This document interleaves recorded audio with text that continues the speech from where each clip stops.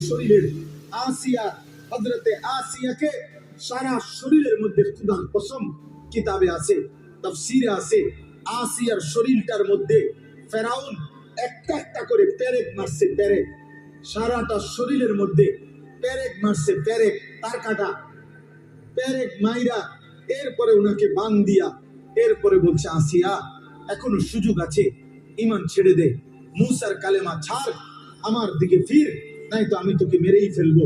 হযরতে আসিয়া বলছিল ফেরাউন বাদশাহী ছাড়া যায়, তোর মতো ফেরাউনের স্ত্রীর মর্যাদা ছেড়ে দিলাম, রাজপ্রাসাদ ছেড়ে দিলাম, রাজরানীর মর্যাদা ছেড়ে দিলাম, কিন্তু ফেরাউন তুই জানোস না কলিজায় যে ঈমান আছে সেই ঈমান ছাড়া যায় না, মালিক ছেড়ে দেওয়া যায় না, এমন রব ছাড়া যায় না, এমন সৃষ্টিকর্তা বাদ দেওয়া যায় না রে ফেরাউন, তোকে বাদ দিতে পারি। এরপরে তাফসীরের মধ্যে আছে ফেরাউন তখন সিদ্ধান্ত দিছে